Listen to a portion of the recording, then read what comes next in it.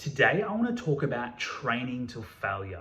And what that really means is doing as many reps as you can right up until that point where you could not do another single rep.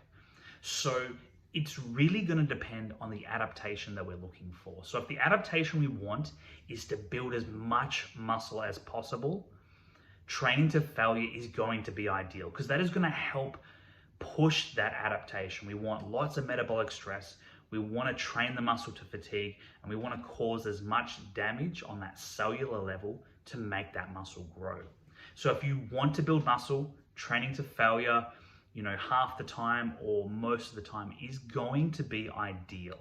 Now, if you have another adaptation, maybe it's going to be strength or power, then training to failure is probably not going to be ideal.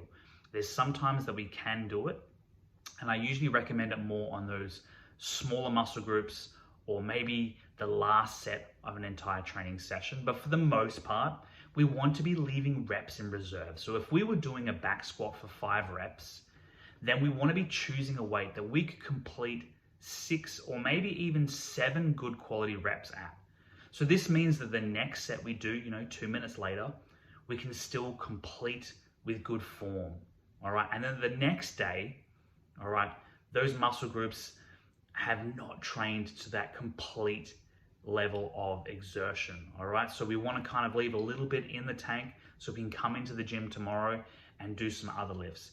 Anytime you are training to complete failure, especially for those big compound lifts, there is a lot of fatigue and there's going to be a lot of carryover effect, especially with your energy levels that carry on for the rest of the workout and probably also later into the week.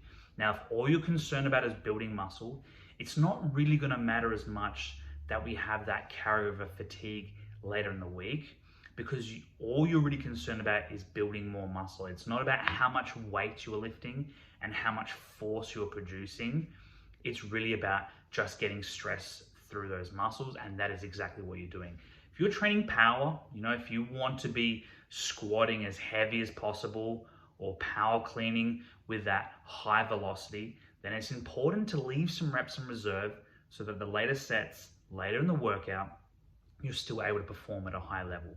So it's not being lazy so much, it's leaving reps in reserve so you can keep performing those lifts with a good quality form and continue to train throughout that session and throughout the training week.